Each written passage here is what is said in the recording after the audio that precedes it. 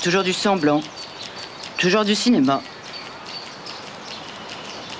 Mais par rapport à votre famille, vous n'avez jamais eu envie d'entamer le dialogue? Oh, jamais.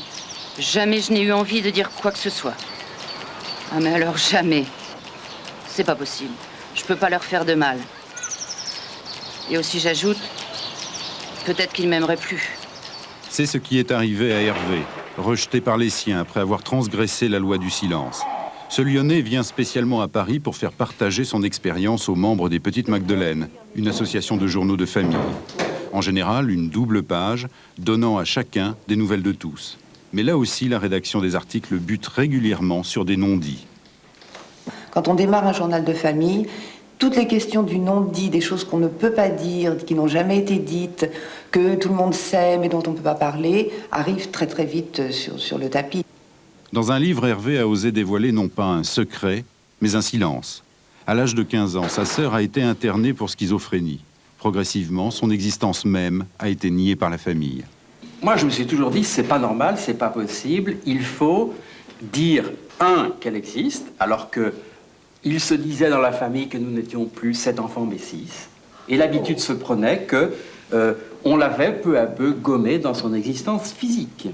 Et comme je ne pouvais pas entraîner ma fratrie, je ne pouvais pas entraîner mes frères et sœurs à parler, ils étaient... Mais j'ai décidé de l'écrire. J'ai décidé de l'écrire. Je ne pouvais pas les amener à parler de cette sœur qui était exclue. Tu as brisé le silence. J'ai brisé le silence. Mais Hervé le paye très cher. C'est vrai que maintenant que j'ai crevé l'abcès de la famille me refuse complètement. Et tant pis, j'assume. L'important, c'était que les choses soient dites. C'est vrai que par ce bouquin, j'ai réhabilité ma sœur.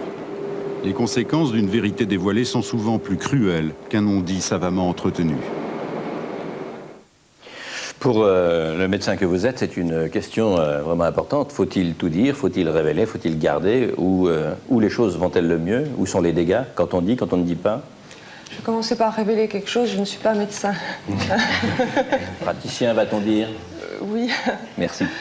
La révélation, c'est un gros problème parce que c'est vrai que quand on lit les théories sur le secret, sur les devenirs de secret, il peut paraître simple de dire on va effacer les secrets en révélant et que la révélation soit quelque chose de salutaire. Et on s'aperçoit que dans la réalité, les choses sont beaucoup plus compliquées que ça et que la douleur est quelquefois plus grande, les rejets